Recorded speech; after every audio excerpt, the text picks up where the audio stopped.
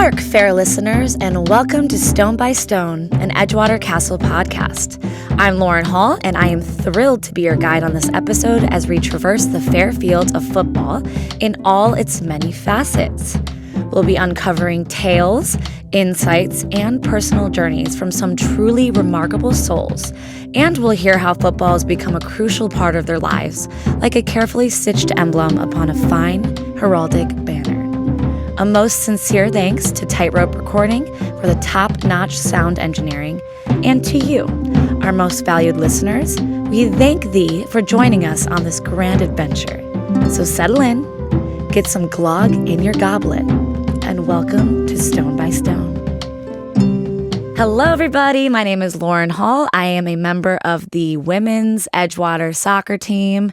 I am very excited to introduce you all to my friend and fellow soccer player and artiste, Alyssa Low. Hi. We're so excited to have you here. Like I said, we've known each other for a long time, and I know some of your story, not all of your story, but we'll just hop right into it and see where we go with this conversation, yeah? Yeah, let's go. Okay, cool. Alyssa, can you paint us a picture or a mural? Get it? No, you don't, because you don't know who she is yet. Paint us a picture of your childhood. Where did you grow up? What was your family life like? Were there any influences, early influences, people, places, whatever, that first sparked your interest in art?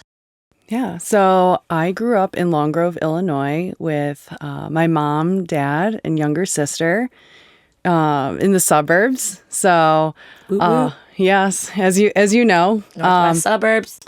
So just quick context, Lauren and we grew up together in the same town, went to the same high school. Correct. Our families know each other. We go way back. But yeah, so growing up in the suburbs, I played soccer starting when I was in first grade. And also First grade is how old? I think 6. Is it? I think so. Okay, go on. Yeah. So 6, when I was really young, and was always gravitating towards drawing art. My mom was a graphic designer. I did not know that. No, you didn't? No, I did not know that. Yeah. So she owned her own business. Oh, okay. Yes. And had a home studio. So she taught me all of the programs. I was flipping through all of her design books, was really interested in just knowing every little thing about art and design as a kid. Was this at the same time that you were starting to play soccer, or like did that come a little bit later? It was probably parallel. Yeah, same time. Yeah. So like your love for art was also coming in with that love for soccer. Yeah, exactly. And I think just right now I had a moment of like, wow. And it's still relevant to today. Yeah, it's crazy. I feel the same about the things that I do too. Mm-hmm. So your mom was a business owner. Mm-hmm. And does she still own her business? She is not. She's retired. Okay. Go girl. But she's vicariously living through me and giving me advice and giving me feedback and encouraging me along the way. I'm sure. My mom is a business owner as well, and all of the advice. Yes. All of the advice. Okay, so you had early design experience, graphic design experience, and exposure from a young age. Love that for you. Did you always consider yourself a creative person? And were there other interests? I mean, we obviously talked about soccer that you had other than art. Yeah, I did a lot of sports. Yeah. Or at least tried. Same. Yeah. So I think at one point there was ballet. It was like when I was a toddler. But ballet is an art. Yeah. It's like a dance. Gymnastics. Did ice skating. And I did taekwondo for a handful of years. Oh my God. Field hockey in high school for a little bit. But yeah, always stuck with soccer though. Really? What do you think drew you to soccer versus all those other sports? Well, gymnastics, I was afraid of flipping. That would probably It hurt my stop. head. It hurt my head. And when you have your hair up in a ponytail, you're like, no, ouch, that hurts. Nope. Ice skating, obviously ice. Yeah. Blades, don't like that. Okay, fair. And Taekwondo I stuck with for a while. And that was like a lot of fun. So my sister and cousins and I, we all did it together. Yeah. So it was like a nice like family bonding and another like good excuse to work out. Yeah. If there's one thing I know about Alyssa is that she loves to be active. She loves to work out. We won't talk about how old we are, but this woman is, I hope I'm as active as she is at her age. And I'm not there yet, but I'm already slowing down much sooner than you probably did. What was I? Oh, field hockey. What about field hockey? Yeah, so I picked that up in high school, and I think a couple of my friends that played soccer joined the high school team because it was, I believe it was in the fall. Opposite. Because yes, opposite, and it was like a nice like, you know, like another opportunity to like hang out with your friends. And the way that my friends and my parents framed it was, it's the same equipment as soccer. Is it? Except you have a stick. Okay, that's definitely Which is different. also very scary because you're just wearing shin guards, yes, cleats, a mouth guard, and then a stick. There's no like helmet. There's like you have like no a weapon other- of mass destruction in your hands, and also like a ball that is really hard. It's like a pool ball, but a little bigger. Gross. That I just protected my teeth just thinking about that. I've seen a lot of like people who like broke their no. nose, ball to the like mouth, and Hard pass. Hard pass. I know a lot of field hockey players, and like we would train next to each other a lot in college. Just so our listeners know, so you grew up in Long Grove. What high school did you go to? Stevenson. Stevenson. Yeah, go Patriots. Did you play high school soccer? I did play high school soccer. High school soccer and high school field hockey. Yes. Okay. Tell me about that. Tell me about your experience in high school soccer. What was it like representing your school? What was the level like? And we'll get more into like your soccer experience in detail. But I'm curious because I did not play high school soccer. So tell That's me right. about that. Yeah, it was, in some ways, it's kind of a blur, and I might be bouncing around back and forth because Please bounce. the way that, and I don't know how it's like in other towns, states, but there was always your club that you played with for most of the year. Which was what club for you? It was Buffalo Grove. Okay. And Oh, wait. What was the team? we were called the Lynx. What? The Lynx? Mm-hmm. Okay. Buffalo Grove Lynx was her club. And Because there was Revolution at some point, right? Okay, no, I'm making that maybe. up. Ignore me. It was, again, such a blur. And I think it was like during a time where there were like Eclipse, Aces, like all of those. And then they were transitioning to other different Yes. towns and team names. So, Yes. but I would say, so I had the club, soccer, and then played high school.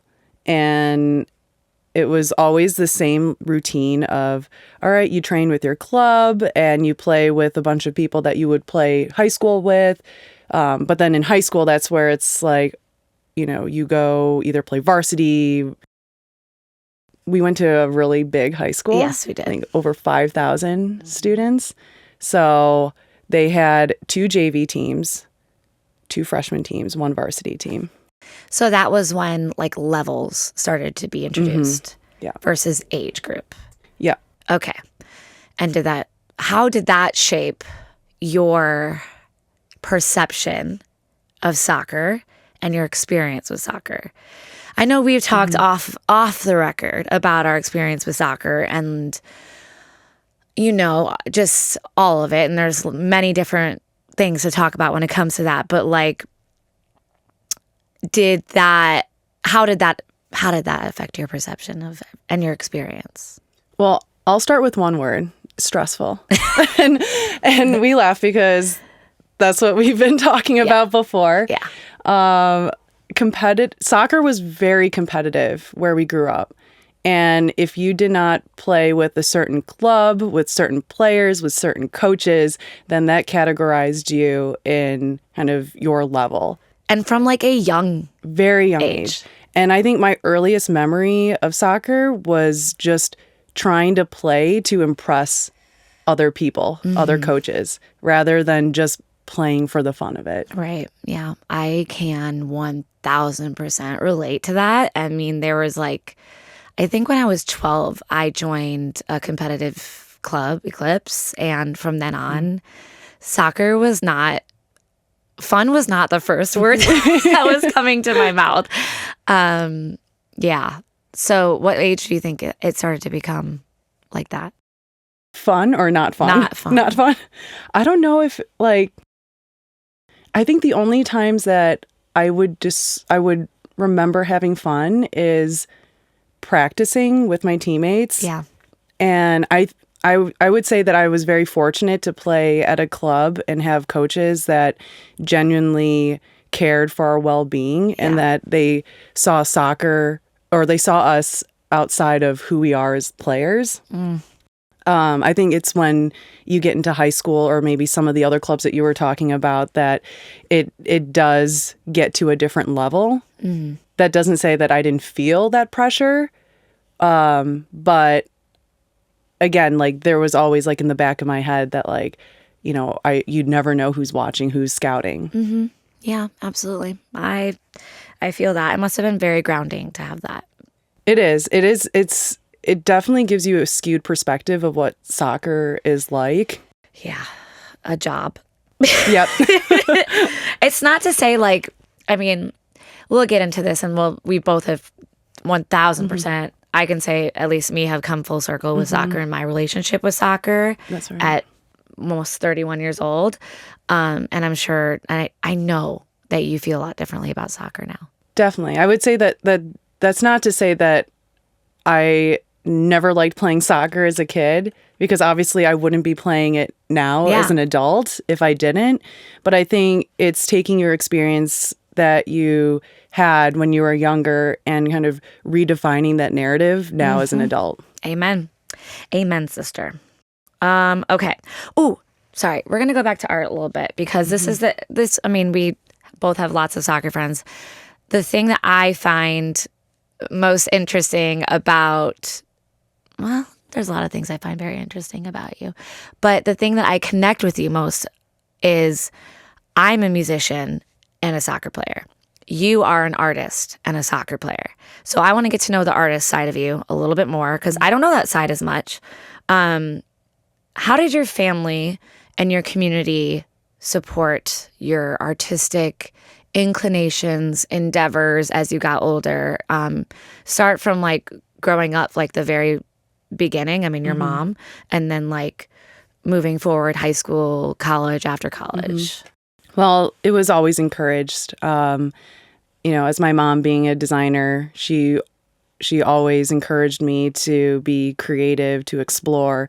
And my dad was a dental tech and owned his own business too. So both business owners. Yes, which is like really like it's coming full circle. I mean, that's too. impressive. Yeah. Yeah. So he had his lab at the house too, in the basement. Go and off. In our laundry room. Yeah, it was cool. I feel very fortunate. Was this legal? Yeah, yes, Okay. it is. So basically, he, as a dental tech, he's making the things that the dentists are using for their patients. So like crowns, bridges. Got it. All of that. So, but it was, I feel very fortunate to grow up in a household where both my parents were working from home, and, you know, they were around and very like present in my life. Yeah. So yeah, it was great in that way. Were there things that they were like, I don't know, because like you don't have like performances per se, but like, did you have any things like growing up, like with artists, do they have like projects and like where they present their projects and things that they would like come to? Yeah. So like, well, especially for my mom, being a designer, I always remember her like getting on a call, talking to a client, or saying, oh, I've got to drive to present something for this client. And I see her like dressed up like in like her work suit and coming back and then talking about what happened or how it went. So seeing that and being exposed to that probably subconsciously like paved the way into being a business owner. Absolutely. I love that. How about soccer teammates? Like, okay, so for me, for example, music took like a kind of a back seat in my early years because soccer was so all consuming.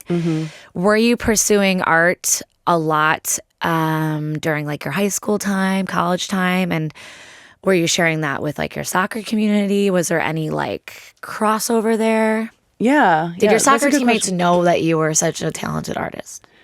Well, thank you. Did they know? Well, so I knew when I was in high school, it was in high school where I knew that I wanted to major in design. We were very lucky to have graphic design classes, or what they would call computer art, where we, learn not only just the program, but also applying it to practical things. And so I majored that in college, and also parallel path that with soccer too. So playing soccer in college was something that I wanted to do as well. And yeah, I think that, doing both, right? When you're in college, you're finding your identity. Yeah. And sometimes people find it in their major or their sports or like any other like clubs that they're a part of. And for me, I always felt like there was these two identities that I had to play with. And I'm sure you had that experience as well. Yeah. Was it difficult? I don't know. I think in some ways, yes. But I felt very fortunate because I had a lot of people in my circle. I think in some ways where, because, you are kind of spreading yourself thin a bit. Yeah. Like, I got to devote some time to soccer and train and, be a part of that community. But then also the community aspect in design is being in the studio. Yes. I always felt like I was never fully into one. Like one, I was always sacrificing one for the other. And I felt like I was never truly a part of one or the other community. And it was a little frustrating at times. But I know like my soccer teammates were always like making me sing for them and stuff. I don't know. It's a little bit different, like, because I'm a performance art. That is different, yeah. But like, was there a crossover with like art projects and soccer ever? I know, like, I mean, we can talk later in your career, like now, there's probably a lot more, but like in college or anything? There were times where I was asked to like design club shirts. And yeah, so there was that kind of crossover. That's cool. Yeah. That's cool. I mean, like, how much experience do you have with designing jerseys? Well, do you like to design jerseys? I do. I love designing jerseys. Will you be designing any jerseys anytime soon? Yes, I believe that is true. Okay. I am going to be designing this coming season's Edgewater's jerseys. Yay! I'm so excited. And is it women's and men's? Yes. Okay, great. Oh my God, I'm so excited. That's all I could say for now, but stay tuned. You guys, I get to wear Alyssa Low's designs, which I'm very excited about. And again, I keep saying this, we will get to where her career is now and all the cool things she's doing. But first, we have to dig in a little bit deeper. So let's talk soccer. How did you first get involved in soccer? Who put you on the soccer field? How did it begin? Because I started playing when I was in first grade, my earliest memories is I just appeared on the field. Yep. I don't think I actually had a say on whether or not if I wanted to play soccer. Probably just like any other activity or sports that your parents sign you up for. It's whichever one I wasn't crying in. And soccer was the one sport I did not cry in. Fair enough. I love that. I mean, it's really that simple, right? I mean, it's crazy how like one person's decision can define like the rest of your life almost. Like my parents decided to put me on a soccer field and now I'm here 30 plus years later. Actually, maybe that's bad math, but you know what I'm getting at. Yeah. It's kind of crazy. What do you remember most about playing soccer as a child? And what position do you play now? What positions have you played in the past? What are your favorites? What are your least favorites? Go. Okay. There was a lot of questions there. Sorry. There was. What was your... Sorry. The first one was, what do you remember most about playing soccer as a child? in the summers it gets hot. Yeah, it does. Yeah, it does. But I love the team aspect of it. Some of the people that I've played soccer with, back then when I was a kid, I'm still friends with now. Crazy, huh? That bond. Yeah. It lasts for a really long time. Yeah, it does. There's something about a soccer teammate bond that like, Yeah. it You just know. Yeah. You're like, I grew up playing soccer. You're like, yeah. Yeah. We all like turn into the same person. Badasses, if I can say that on camera. Positions. I probably played every position but goalie. Do not ever put me in goal. I will, my body will protest. Like everything, like even in pickup, they're like, all right, let's everyone take shifts. I'm like, all right, I'm standing on the side. Like I just use the excuse, like, I play piano, I can't break my fingers. oh, I should do that too. Yeah. I'm an artist. Imagine if you broke a finger. Don't ever Okay. put Alyssa Low in goal. But we have played softball together. Shh. And We have. yeah. And at first, this is a segue, but at first, I was the only one that was like, should we wear mitts? And I was bullied and said By me, yes. mostly. Yeah, and then I hurt my finger almost every single game. It was bad. All So the you fingers played- are intact. Yeah, all fingers are mostly intact at this point. But yeah, positions. Yes. No goalie. Yeah, no goalie. Probably in the beginning, like when I was younger, I did forward, mid, and then in high school, I actually played defense. Outside Which- or middle? Outside. My sister played sweeper.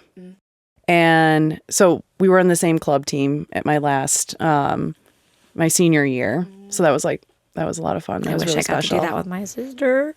Are you guys 3 years apart? Yep. Oh, yeah. 3.5. Yeah. But which could be surprising now for those who know me as an adult soccer player. I don't normally play defense. She's good at it though. No, I'm okay. I'll explain Alyssa as a player. She likes to play on the wings. She can run for days, and she can whip a ball in from anywhere. That's pretty. That's. I always just put you on the wings, and she's always in shape, more in shape than anybody. That is, I mean, literally anybody. That's like my goal is just to like longevity. How do you keep in shape? Well, so first, and this is what I always tell everyone, is stretch. Like I cannot emphasize stretching enough. And You just sounded like a boomer. do I? Yeah, But my body is my going to mom last. reminds me to stretch so much. I kid you not. It's like I will stretch for like a half an hour. You heard it here, folks. If you want to be in shape like Alyssa, just stretch. And box. I box too. And boxing? We box. Yes. Anything else? And soccer. Yeah. Yeah, that's pretty much it. Biking sometimes. Okay. Yeah. You're just an active person. Yeah. I can't sit still. Well, that's the thing. This is interesting to me because you do art and you're sitting probably for hours sometimes. Surprisingly, I don't. No. So how I paint is if it's not a live gig, how I paint in my studio is probably like could range from like 10 minutes at a time, or maybe like the longest would be like 45 minutes at a time. And then I take little breaks. I basically just like paint until my body is like, all right, you're good. And then like get up and like leave. How long do you typically get for a commissioned piece like that? Like a studio? Yeah. It depends on the dimensions, how complex the design is, which is like probably a non-answer. No, I love this because people are like, how much do you charge for this gig? And I'm like, well, there's 8,000 questions I could ask you before I give you a rate or a time. So it just depends. Yeah. But that's like a good starting point question, because then you gauge and get to know like what the client or someone, your collaborator is like looking for. Right. Oh, we'll talk more specifics. Early soccer. Oh. Was there a coach or a teammate or a particular game or experience or memory, lots of options, that had a significant impact on you? Have had a significant impact on you as a person, as a player, yeah, person or player. I guess it's both the same thing. Well, my club coach for throughout high school, I really like. He was awesome. Yeah. He really wanted to make sure. I think he understood how toxic soccer can be and how political it could be, and it was.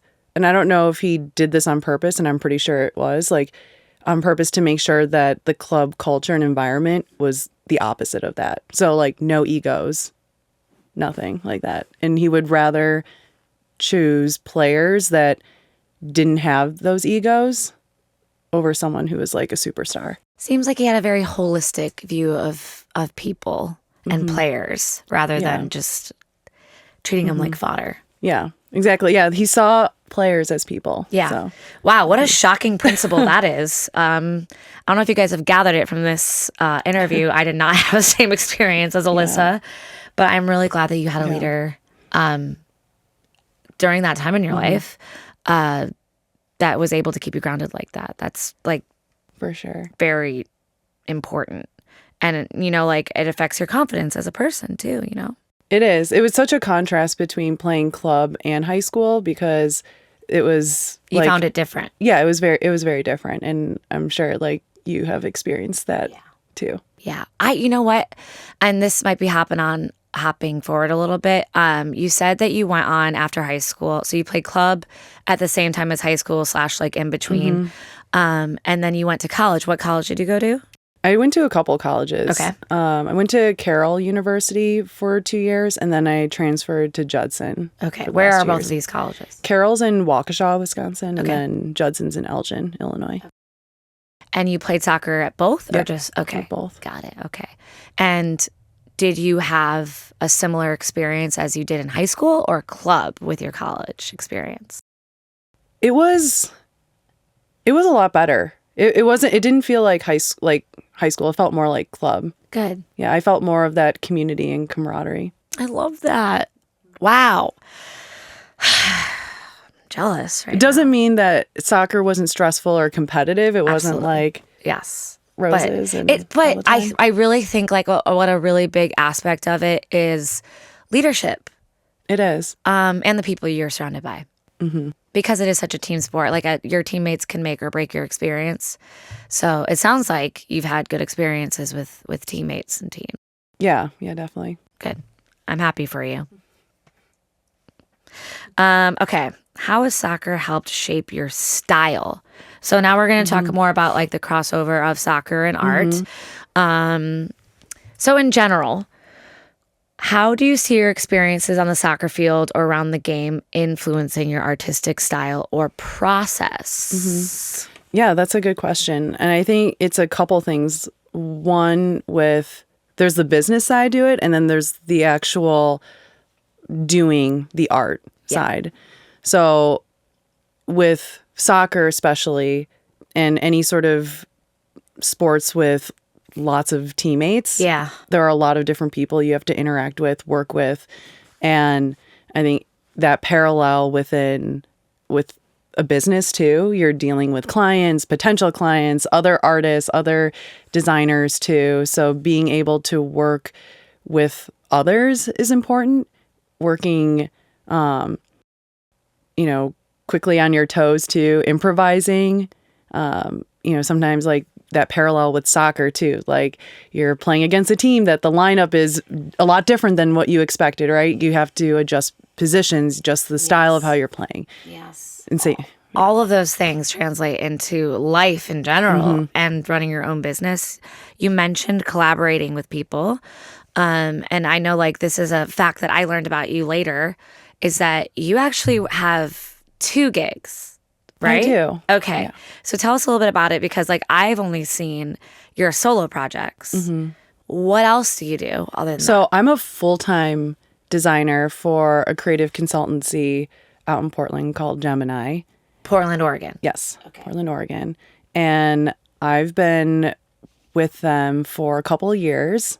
But prior to that, I've had other agency design gigs. So you work full time. And you also have the I guess, my art practice, energy and all that to also do projects on the side. Yeah. And also play soccer. Yeah. And also box. That's correct. That's impressive. I don't know how you do it. She stretches. That's how she does it. Yeah, I stretch. Exactly. Yeah.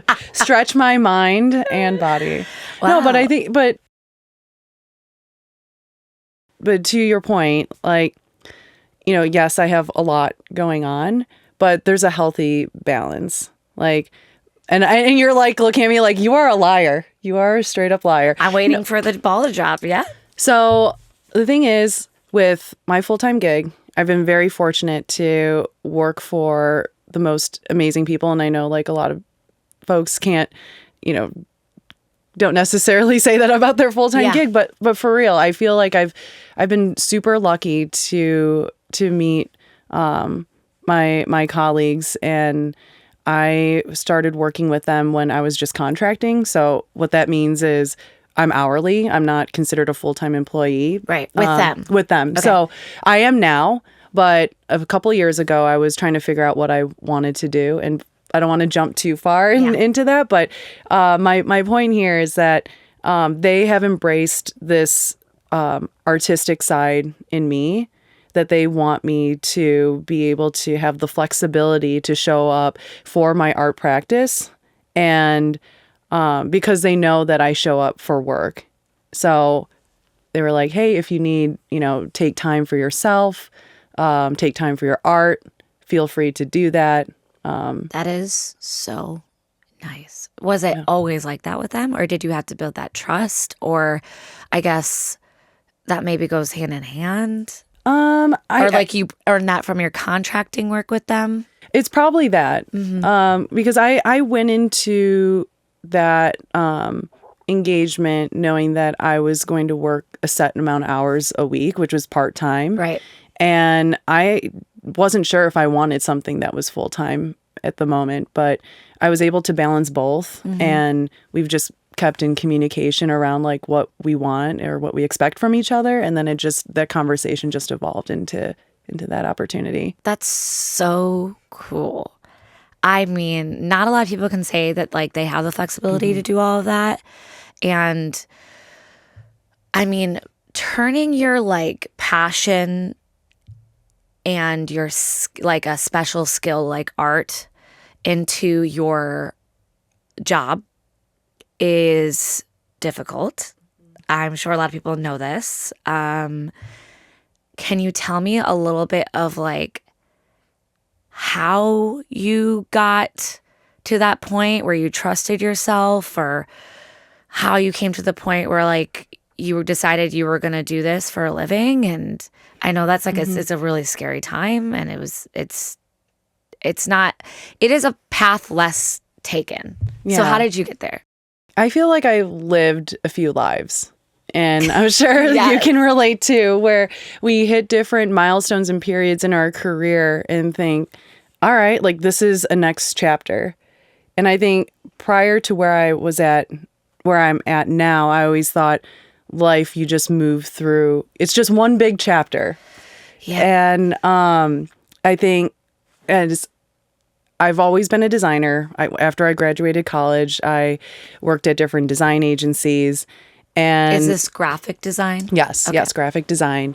And there was always this little calling of like, hey, like you love drawing, you love doing things with your hands. So I always felt like, there was this longing. There was something that was like missing. Yeah. So I would try different things along the way, and it got to a point during the pandemic, and I think a lot of people can relate to different moments during the pandemic of like, hey, something either needs to change, like something's not working. Yeah. For me, I was in a place where I was unhappy. Yeah. And I couldn't figure out what it was. Yeah. And in some ways, I'm still processing it. Mm-hmm. And it really took painting for me to get out of that hole.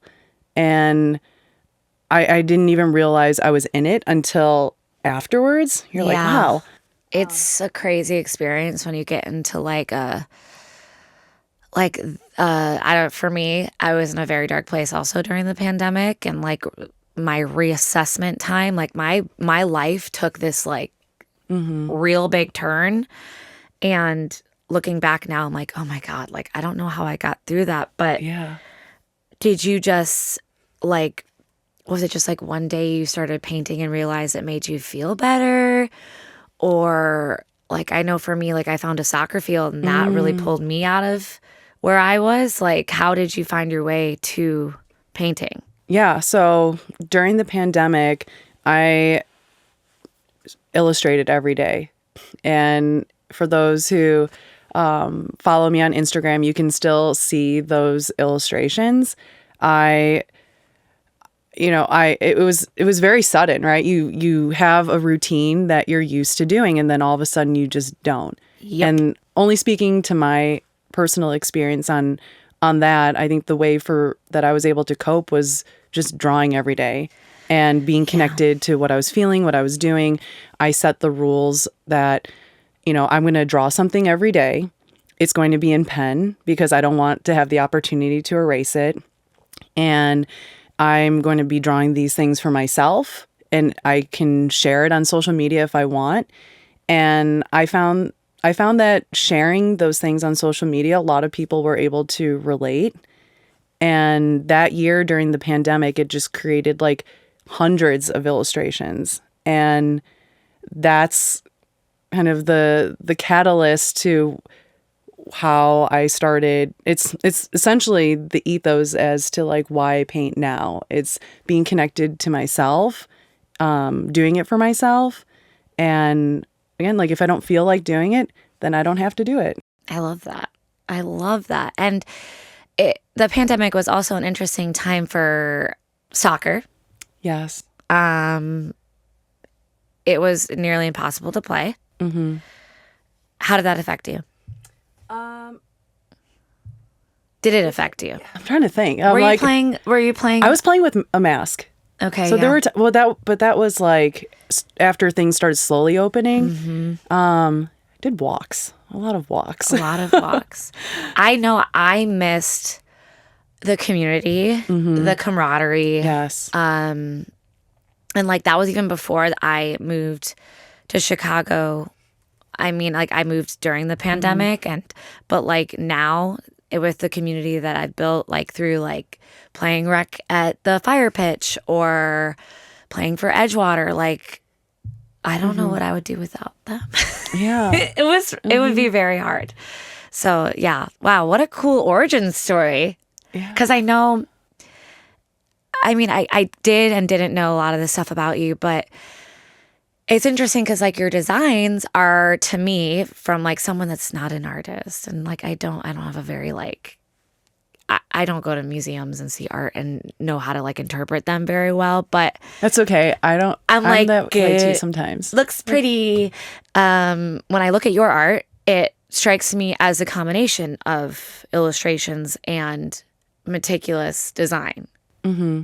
So like, can you tell me more about your design style? I mean, I'm sure we'll probably have some visuals of, or if you can check out Alyssa's social media, like her murals that she's created and for all these different projects that she's worked on, all these really cool projects, which we will rattle off very soon. How did you create your signature? It is your signature mural style at this point. It is. Yeah, it is. It didn't start that way too, because the way that I illustrated was very sketchy, right? If I'm drawing with a pen, it's a very different outcome than an actual paintbrush.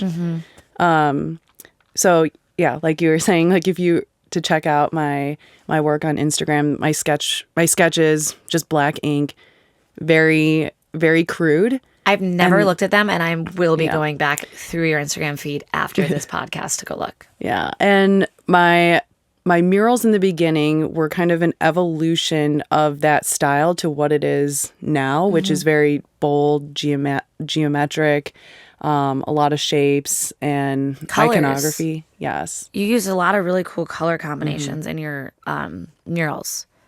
Yeah. It's It's so fun to watch you work too. I've been to a few like live gigs of Alyssa's, and watching you create it is like, it's just watching someone do something that you could just, you just can't possibly have a skill to do is just so impressive to me. So it's thanks. Yeah, you could just take the compliment.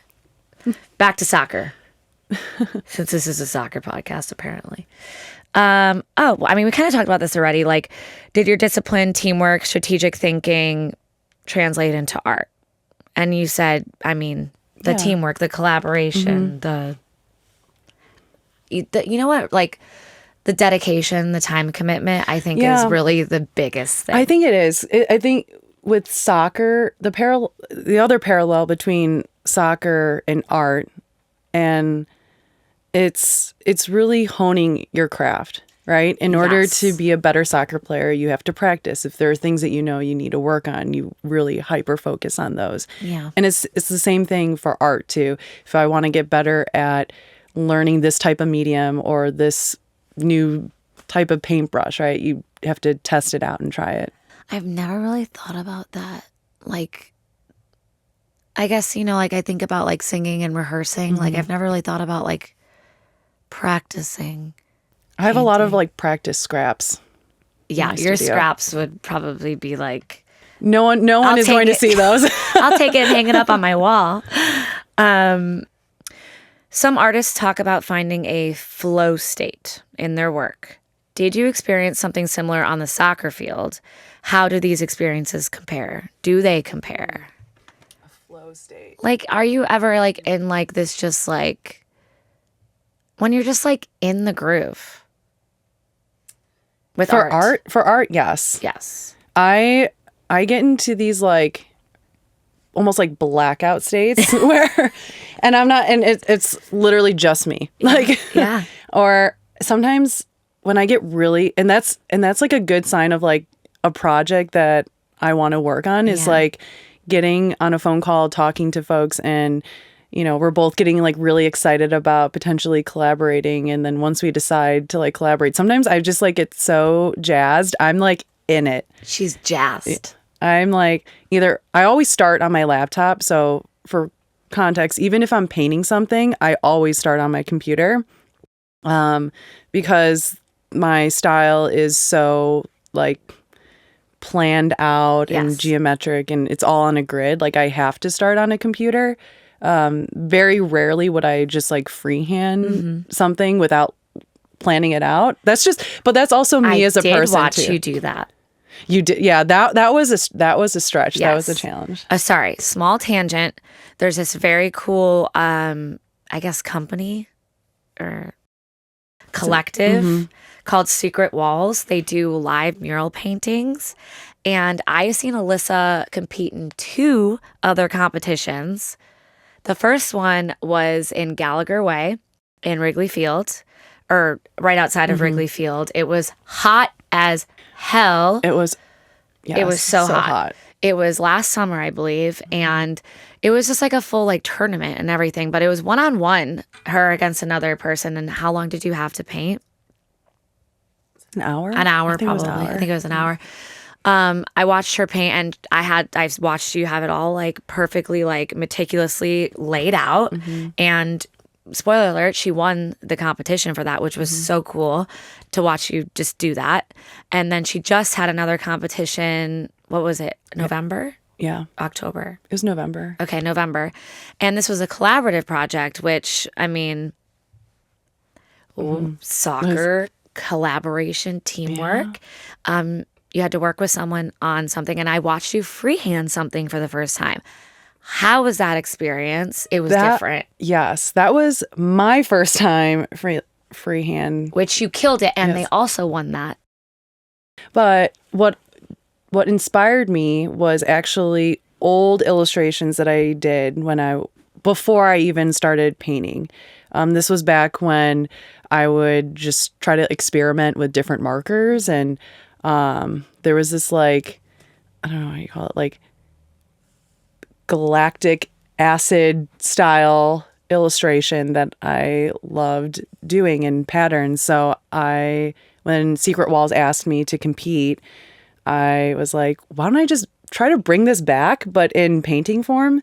And it did scare the shit out of me. Yeah. Like I was definitely nervous while I was painting, but I was You like, could not tell. but I was also so excited because you guys cheered so loud. I was like, yes, I can do it. If they think I can do it, I can do it. To give you context, there's so much crossover between soccer and friends in even our adult life. And we had so many soccer people at this event, and we were so loud.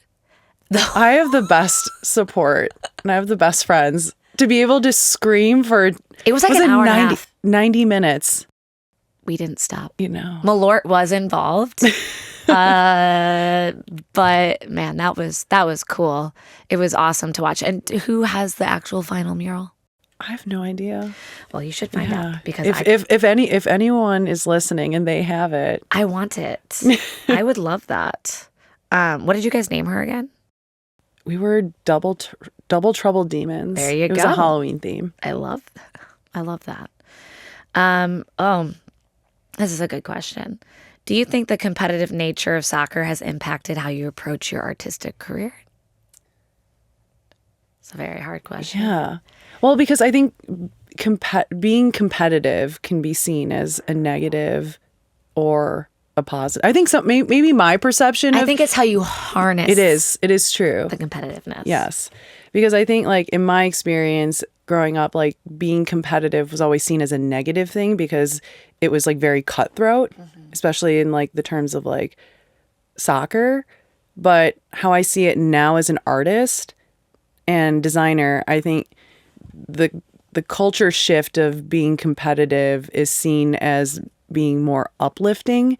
And if I see other people raising the bar, like I want to be just as good. And I think it kind of goes like hand in hand. It's like taking less competitive, more challenge. And even that, like, I feel like challenge sometimes gets that negative connotation.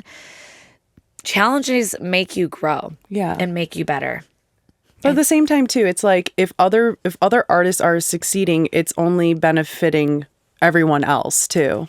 There is enough room for all of us. And I hate when people try to make it seem like there isn't. One person's success does not take away from your own success. And it's hard to remember sometimes. It is. Especially when you came from like a place where it was a very cutthroat, like with soccer, where like there's only a certain amount of spots on a team. Right. It's different. It's hard to kind of untrain your mind. It is. But then also too, rejection goes hand in hand as well. Like there are several times where like I don't get projects or I know that I'm being pitched with other artists too. Right. But, you know, and this could be like a sign of maturity or like how we've seen rejection when we were younger too, that like it is not a personal like dig on you. It's not like rejection on a project isn't because like you're a bad artist or you're not a good player, right? Like sometimes there's other things involved, but like also it's like you have to trust the client and the collaborator that like they have a specific vision and someone else's style might fit that purpose better. Yeah, I've learned that a lot lately too with gigs. I'm like, I'd much rather not force this gig that doesn't fit me or my style and just let somebody else have it than like struggle through it. Right. And if like that partner doesn't want you, then it's like, why force that collaboration? And there's so many opportunities that are going to fall on your lap anyways. So like that's also a very hard thing to train your mind of, is like the opportunities will keep flowing. If you're good at your job, if you're good at what you do, the opportunities will keep flowing. So like having faith that those things will just keep coming across your path. I'm sure you have that because I mean, since COVID, since the time that you started really like doing all these like passion projects or like right after COVID and we started painting again or painting in general, like how, like when you started to get your first projects going into like more projects, like how did that grow? Was it scary? Was it slow? Was it fast? It was all of those. Yeah. To be honest. Yeah. It did start as a passion project. Like I didn't even see it as necessarily a career or something that I could like make money from. It was seen as a creative outlet and just a release.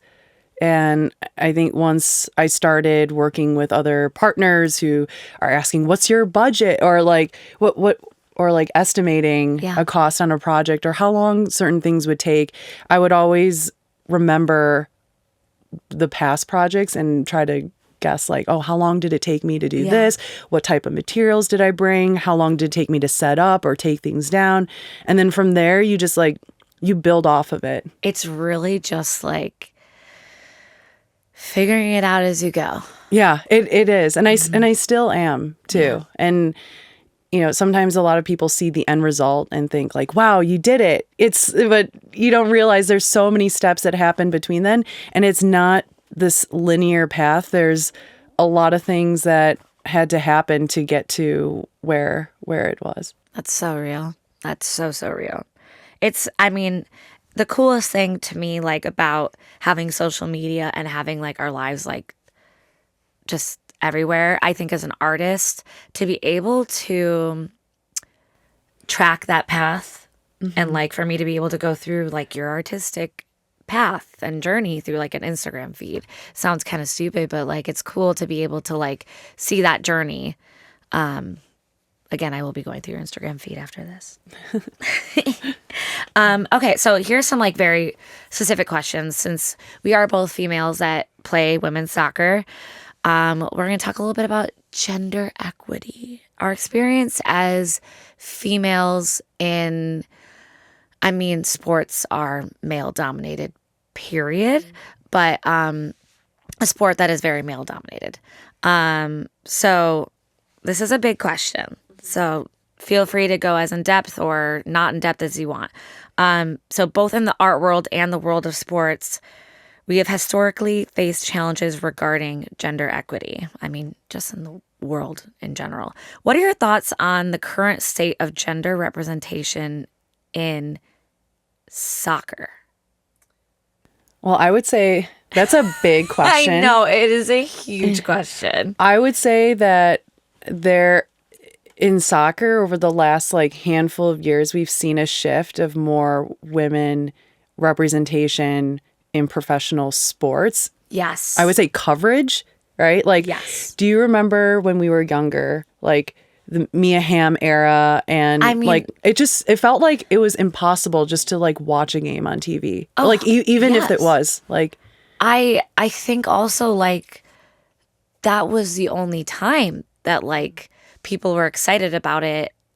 And then it just like almost died after that, I felt like. Yeah. Like I didn't really grow up watching women's soccer. I didn't either. It was just like, oh, what I saw like in the newspaper. I don't know. Yeah. Like I remember like seeing like newspaper clip outs like in schools and I'm like, oh yeah, Mia Hamm. And then it was just like a thing, right? Like when you're in a community with like a lot of other girls on a team, you got like everyone like talks about it. Right. So it was, I feel like my entry into like knowing about other professional women players are through my friends. Right. But me too, honestly.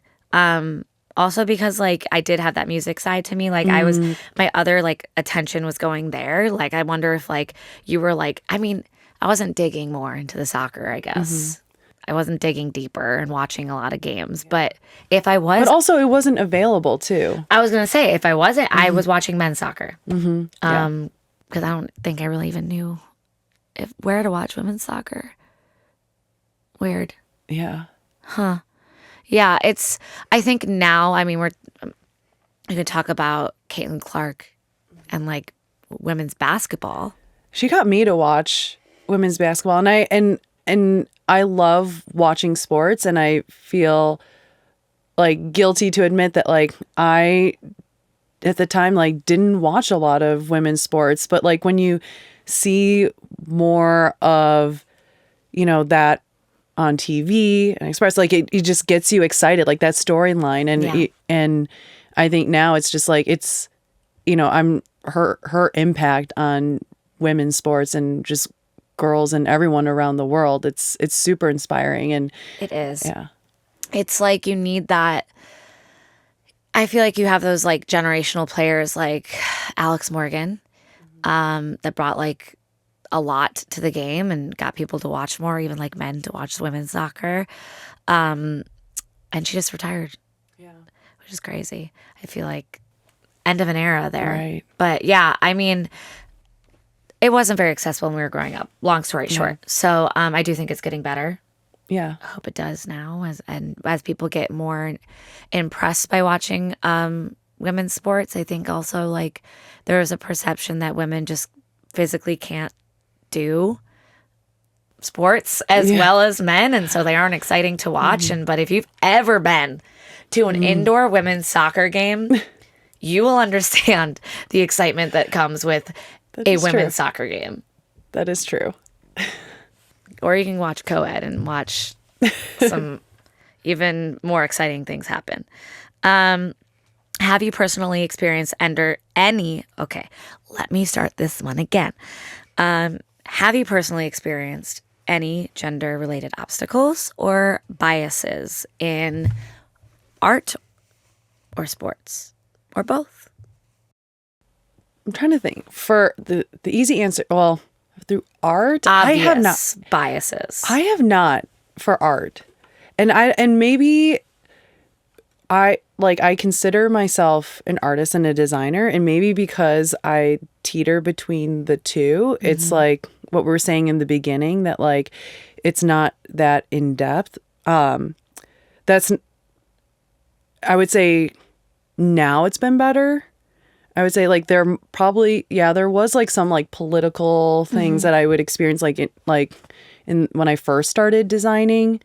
I'm also thinking out loud, so there's a lot of things where now I'm like remembering. I'm like, oh yeah, yep, that. Yeah. Okay.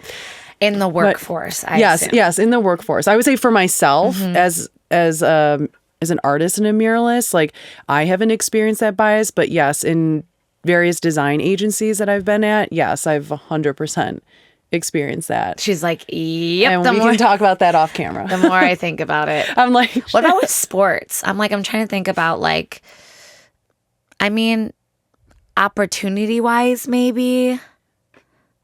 Well, like, I don't know. I can't really think of any. Well, we could just talk about playing in a co-ed soccer game and men not passing us the ball because they don't think that we can actually do anything. Yeah, I don't play in those teams that... I don't either. You're right. I think it's getting... I genuinely think it is getting better.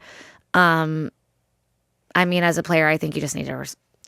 any player needs to earn the respect of the other players. True. I would say, though, that there are some men that I've played soccer against as an adult. Yes. That can't handle playing with other women. Yes. That when women are just as good, if not better, they get toxic. Yeah.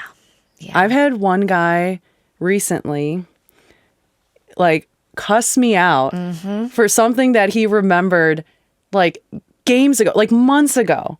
And I'm like, are you okay? You mad, like, bro? Yeah. It was like very bizarre. It was like one of the most bizarre experiences. He was losing sleep. Yeah. About you. Yeah. Living rent free. Yeah. But, I mean, it's a tale as old as time. Men are angry especially when it comes to sports. Right. I'm like, I just want to be here and play. Like I'm like, it's a blessing to be able to like still play as an adult. Yes. And that honestly, where this all comes together for me, like we can go full circle to like where we are now with soccer and our careers. I will say, like, okay, I talked about earlier, like the community of like going and playing recreational soccer. And I have played co-ed soccer the whole time that I've played. And I've had 98% like amazing experiences. I met my boyfriend playing recreational soccer. Also, like, it's created this amazing community of females and males, and that really it brought has. us together over a shared love for a sport. And I think that's amazing. Yeah. I feel like that's how we reconnected, It too. is. It is. Which is crazy, because I'm thinking, like, when was the last time I think you saw invited me to my first team at the fire pitch. I did. So I was like, Lauren's great, and she's really good. Stop. Like, really good. I try. But yeah, it's brought so many amazing people, both male and female, into my life. And I guess we can just challenge the men that can't handle women being as good at sports or as committed to sports to just be better. Be better. And right after this break, we are going to come back to some rapid fire questions with Alyssa, but after this message from our sponsor. Okay, rapid fire questions. Are you ready? I am. Okay. What is your favorite pregame ritual? If you Any have guesses? Stretching. Oh my God. Full circle, everybody. What types of stretches? Okay, sorry. This is supposed to be rapid fire. Next. Okay, what's your favorite art supply? A Sharpie. Oh, classic. What and who is your most inspiring artist? My most inspiring artist. Actually, if you don't have one, you can name 3. Well, the first name that came to my mind. Well, so first, I know this is rapid fire, but this is the Cancer in me of just being like very methodical about my answers. As but you should. But yeah, I love like just scrolling and being inspired. Yeah. Love a good Pinterest board. But first name that comes to my mind, and I love her work, is Liz Flores. Okay.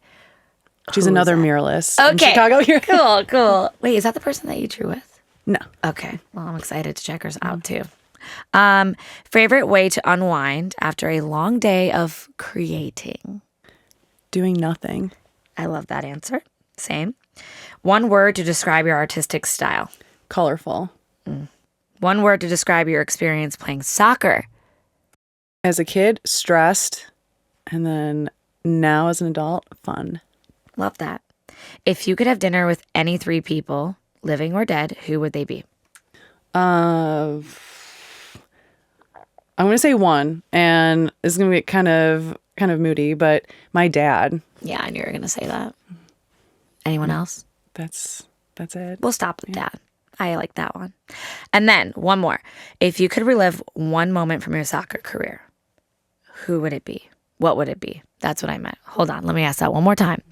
If you could relive one moment from your soccer career, what would it be? Probably any time when I was playing club soccer in high school. Love that. Okay. Well, you guys, that is it with the rapid fire questions. I want to say thank you, Alyssa, so much for being here today. This was so fun to get to know you a little bit better. You're such a multifaceted human being, and I am so excited to go through your Instagram feed after this. I can't wait to wear the jersey that you designed for us. And yeah, thanks for coming to Stone by Stone. Thanks for having me. I had a lot of fun, and yeah, can't wait for you to wear the jersey and for everyone else to see it. Yay, I'll be your model. And before you go, we're going to be sending you home with one of Caden McGreevy's posters that he designed for us this last season. Ooh, wow. Oh, this looks so good. I know. Thank you. You're very welcome. Thank you again for being here. We love you. We're excited to have you as part of the Edgewater team. And yeah.